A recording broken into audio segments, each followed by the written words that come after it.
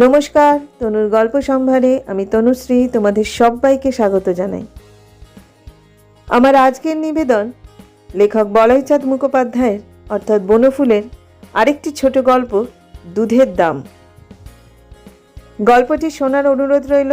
যদি ভালো লাগে তাহলে একটা লাইক করে দিও এবং তোমাদের পরিচিত ও বন্ধুবান্ধবদের সাথে অবশ্য করেই শেয়ার করো।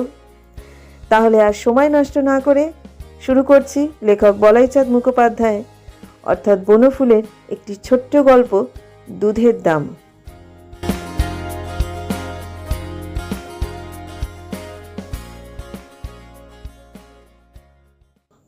ট্রেন আসিয়াছিল। কয়েকটি সুবেশা সুতন্নী সুরূপা যুবতী স্টেশনে আসিয়াছিলেন। তাহাদেরই আশেপাশে জনকয়েক বাঙালি ছোকরাও কেহ অন্যমনস্কভাবে, কেউ বা জ্ঞাতস্বরে ঘোরাফেরা করিতেছিল। ভিড়ের মধ্যে এক বৃদ্ধা যে একজনের হোলচলের স্ট্র্যাপে পা আটকাইয়া পড়িয়া গেলেন তাহা কেহ লক্ষ্য করিল না। করিবার কথাও নয়। বিদেশাগত সিভালির জিনিসটা যুবতীদের কেন্দ্র করিয়াই বিকশিত হয়।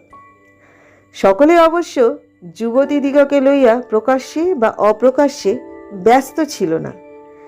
যাহার হোলচলের স্ট্র্যাপে পা আটকাইয়া বুড়ি পড়িয়া গেলেন তিনি শিক্ষিত ভদ্রলোক। কাছেই ছিলেন, তিনি বুড়িকে সধমক উপদেশ দিলেন একটা। পথ দেখে চলতে পারো না? আরেকটু হলে আমার স্ট্র্যাপটা ছিঁড়ে যেত যে। বুড়ির ডান পাটা বেশ মোচকাইয়া গিয়াছিল, তবু তিনি খোঁড়াইয়া খোঁড়াইয়া প্ল্যাটফর্মময় ছোটাছুটি করিতে লাগিলেন। তাহাকে একটা স্থান সংগ্রহ করিতেই হইবে। ট্রেন বেশিক্ষণ থামিবেও না। হুড়মুড় করিয়া শেষে তিনি একটা সেকেলেই ইন্টার ক্লাসে উঠিয়া পড়িলেন। যথারীতি সকলেই হাঁ হাঁ করিয়া উঠিল। বর্তমানে অবশ্য ইন্টার ক্লাসের নাম বদলাইয়া সেকেন্ড ক্লাস হইয়াছে। একজন বাঙালি ভদ্রলোক ইচ্ছা করিলে একটু সরিয়া বসিয়া জায়গা করিয়া দিতে পারিতেন। তিনি জিনিসপত্র সমেত বেশ একটু ছড়াইয়া বসিয়াছিলেন, কিন্তু তিনি সরিয়া বসিলেন না, উপদেশ দিলেন। হ্যাঁ, উঠলে তো, এখন বসবে কোথায় বাছা? আমি নিচে তোমাদের পায়ের কাছে বসবো বাবা। দুটো স্টেশন মাত্র, তারপরেই নেমে যাব। বেশিক্ষণ অসুবিধা করব না তোমাদের। বুড়ি তাহার পায়ের কাছেই তাহার জুতো জোড়া সরাইয়া দিয়া বসিয়া পড়িলেন। অসুবিধা তেমন কিছু হইল না, কারণ বৃদ্ধা ছোটখাটো আয়তনের মানুষ, গুটিসুটি হইয়া বসিয়াছিলেন। একটু পরেই কিন্তু তিনি অস্বস্তি বোধ করিতে লাগিলেন। যে পায়ে স্ট্র্যাপটা আটকাইয়া গিয়াছিল সেই পাটা বেশ ব্যথা করিতে লাগিল, আর চাহিয়া দেখিলেন পা ফুলিয়া উঠিয়াছে। তাহার ভাবনা হইল নামিবেন কি করিয়া। আর 2 স্টেশন পরেই শুধু নামিতে হইবে না, আরেকটা ট্রেনে উঠিতেও হইবে। অথচ পা নাড়িতে পারিতেছেন না, দাঁড়ানোই যাইবে না যে। ট্রেনের কামরায় অনেক বাঙালি রহিয়াছেন, অনেকে তাহার পুত্রের বয়সী, অনেকে পৌত্রের।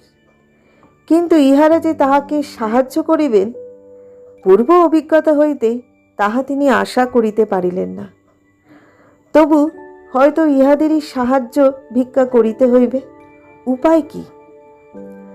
বৃদ্ধা যে স্টেশনে নামিবেন সে স্টেশন একটু পরেই আসিয়া পড়িল।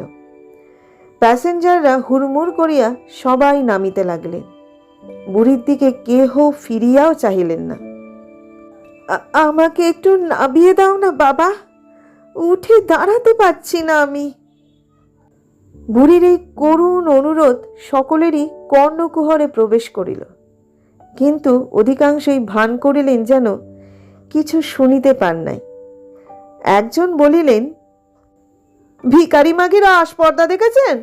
যাচ্ছ তো উইদাউট টিকিটে, তার উপর আবার। তিনি বৃদ্ধাকে ভিখারিনী মনে করিয়াছিলেন। বৃদ্ধা কিন্তু ভিখারিনী নন, তাহার টিকিটও ছিল, সেকেন্ড ক্লাসেরই টিকিট ছিল।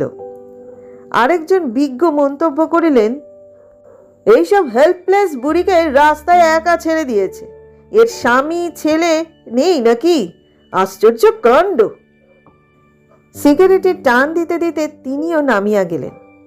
গাড়িতে যাহারা রহিলেন তাদের মধ্যে জন্দুই টিফিন কেরিয়ার খুলিয়া আহারে মন দিয়াছিলেন। বুড়ির কথা তাহাদেরও কর্ণে প্রবেশ করিয়াছিল, কিন্তু সে কথায় কর্ণপাত করা তাহারা সমীচীন মনে করিলেন না। বৃদ্ধা তখন দু হাতে ভর দিয়া ঘষ্টাইয়া দ্বারের কাছে আসিয়া পড়িয়াছিলেন, কিন্তু নামিতে সাহস পাইতেছিলেন না। এ বুড়ি, হটো দরওয়াজা সে। এক মারোয়ারি যাত্রী বৃদ্ধার গায়ে প্রায় পদাঘাত করিয়াই ভিতরে প্রবেশ করিলেন। তাহার পিছনে এক বলিষ্ঠকায় কুলি, তাহার মাথায় সুটকেস হোল্ডার।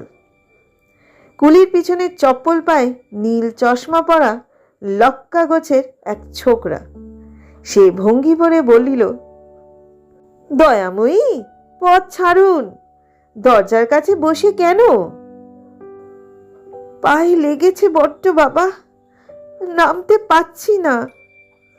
ও, দেখি যদি একটা স্ট্রেচার আনতে পারি। ছোকরা ভিড়ে অন্তর্ধান করিল আর ফিরিল না। যে বলিষ্ঠ কুলিটা মাল মাথায় করিয়া ঢুকিয়াছিল সে বাহিরে যাইবার জন্য দ্বারের কাছে আসিয়া দাঁড়াইল। মাইজি, कृपा करके थोड़ा हट के बैठिए, आने जाने का रास्ता पर काहे बैठ गए? বৃদ্ধা হঠাৎ ফুপিয়া কাঁদিয়া উঠিলেন। আমি নামতে পারছি না বাবা, পায়ে চোট লেগেছে। अब कहाँ जाएगा? गोया, चलिए हम आपको ले जाते हैं। বলিষ্ঠ বয়স্ক ব্যক্তি যেমন করিয়া ছোট শিশুকে দুই হাতে করিয়া বুকের ওপর তুলিয়া লয়, কুলিটি সেইভাবে বুকে বৃদ্ধাকে তুলিয়া লইল। সোজা লইয়া গেল ফার্স্ট ক্লাস ওয়েটিং রুমে। आप यहाँ पर बैठिए माई जी, गया पैसेंजर का थोड़ा देरी है, हम ठीक टाइम पर आके आपको ट्रेन में चढ़ा देंगे। বৃদ্ধা ওয়েটিং রুমের মেঝেতেই উপবেশন করিলেন। যে দুইটি ইজি চেয়ার ছিল সেই দুইটিতেই সাহেবী পোশাক পরা দুইজন বঙ্গ সন্তান হাতলের ওপর পা তুলিয়া দিয়া লম্বা হইয়া শুইয়াছিলেন।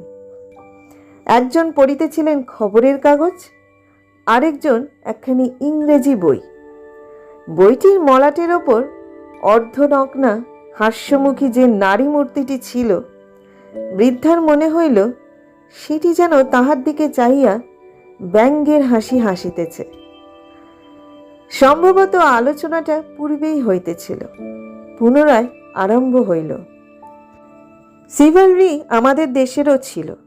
নার্য যত্র পূজ্যন্তে রমন্তে তত্র দেবতা, একথা আমাদের মনুতেই লেখা আছে মশাই।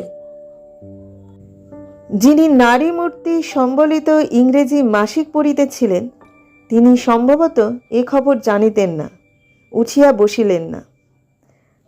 যিনি নারী মূর্তি সম্বলিত ইংরেজি মাসিক পড়িতেছিলেন তিনি সম্ভবত এ খবর জানিতেন না, উঠিয়া বসিলেন না। বলেন কি, এ কথা জানলে বেটাকে ছাড়তুম নাকি? মনুর যুগেও যে আমাদের দেশে সিভালরি ছিল, আমরা যে বর্বর ছিলুম না, এ কথা ভালো করেই বুঝিয়ে দিতুম বাছাধনকে। বৃদ্ধা অনুভব করিলেন ইতিপূর্বে কোনো সাহেবের সঙ্গে বোধহয় লোকটির তর্ক হইয়াছিল। শ্বেতবর্ণ সাহেব সম্ভবত এই সাহেবী পোশাক পরা কৃষ্ণ চর্ম বঙ্গ সুন্দরকে বর্বর বলিয়া ব্যঙ্গ করিয়াছিলেন। বৃদ্ধা মনে মনে বলিলেন, তোমরা বর্বরই বাছা, তোমাদের সিভালরি অবশ্য আছে, কিন্তু তার প্রকাশ কেবল যুবতী মেয়েদের বেলা। বৃদ্ধার বাংলা, সংস্কৃত এবং ইংরেজিতে কিঞ্চিৎ দখল ছিল। সেকালের বেথুন স্কুলে পড়িয়াছিলেন। হঠাৎ দ্বিতীয় ভদ্রলোকটি বৃদ্ধাকে দেখিতে পাইলেন। আরে, এ আবার কোত্থেকে জুটলো এসে এখানে? কোনো ভিকিরি টিকিরি হবে বোধ হয়। প্রথম ভদ্রলোক আন্দাজ করিলেন, সত্যি ভিখিরিতে ভরে গেল দেশটা স্বাধীনতার পর। ভিখিরির সংখ্যা আরো বেড়েছে, সবাই আবার মুখ ফুটে চাইতেও পারে না। দেখা গেল ভদ্রলোকটি একটি পয়সা বাহির করিয়া বুড়ির দিকে ছুড়িয়া দিলেন। নির্বাক হইয়া বুড়ি বসিয়া রইল। পয়সাটা তুলে নাও, পয়সাটা তোমাকেই দিলাম। বৃদ্ধা তবু কোনো কথা বলিলেন না। দাতা ভদ্রলোকের সন্দেহ হইল বোধহয় বুড়ি বাঙালি নয়। তখন রাষ্ট্রভাষা ব্যবহার করিলেন। চাকরির অনুরোধে কিছুদিন পূর্বেই রাষ্ট্রভাষায় পরীক্ষা পাশ করিয়াছেন। পয়সা উঠা লেও, তুমিই কো দিয়া। তখন বৃদ্ধা পরিষ্কার বাংলায় বলিলেন, আমি ভিখিরি নই বাবা, আমি আপনাদের মতো একজন প্যাসেঞ্জার। এখানে কেন? এটা যে আপার ক্লাস ওয়েটিং রুম। আমার সেকেন্ড ক্লাসের টিকিট আছে। পর মুহূর্তে সেই বলিষ্ঠ কুলিটি দ্বারপ্রান্তে দেখা দিল। চলিয়ে মাইজি, গয়া প্যাসেঞ্জার আ গেয়া। তাহার বলিষ্ঠ বাহুর দ্বারা পুনরায় বৃদ্ধাকে শিশুর মতো বুকে তুলিয়া লইয়া বাহির হইয়া গেল। গয়া প্যাসেঞ্জারে একটু ভিড় ছিল, কিন্তু কুলিটি বলিষ্ঠার শক্তির জয় সর্বত্র।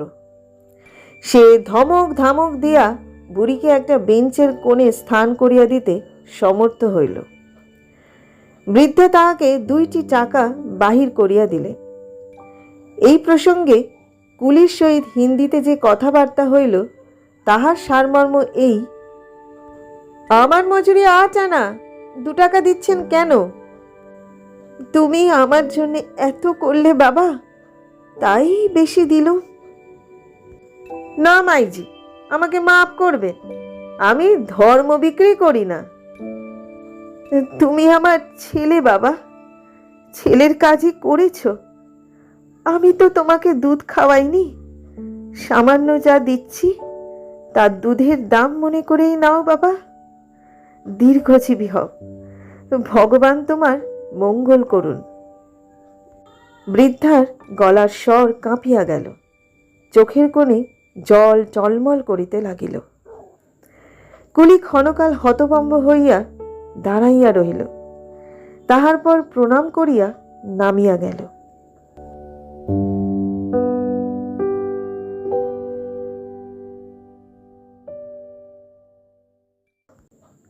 এতক্ষণ তোমরা শুনলে লেখক বলাইচাঁদ মুখোপাধ্যায় অর্থাৎ বনফুলের একটি ছোট এবং অসাধারণ গল্প দুধের দাম। গল্পটা তোমাদের কেমন লাগলো অবশ্যই কমেন্ট করে জানিও। নতুন নতুন গল্পের আপডেট পেতে হলে যারা এখনো পর্যন্ত আমার চ্যানেলটাকে সাবস্ক্রাইব করোনি তারা অবশ্য করেই আমার চ্যানেলটাকে সাবস্ক্রাইব করে দিও এবং পাশে থাকা বেল আইকনটি প্রেস করে রেখো, যাতে অল নোটিফিকেশন সবার আগে তোমাদের কাছে পৌঁছয়। আজকের মতো বিদায় নিচ্ছি, খুব শিগগিরই ফিরবো অন্য আরেকটা গল্প নিয়ে। সবাই ভালো থেকো, সুস্থ থেকো এবং অবশ্য করেই সুরক্ষিত থেকো।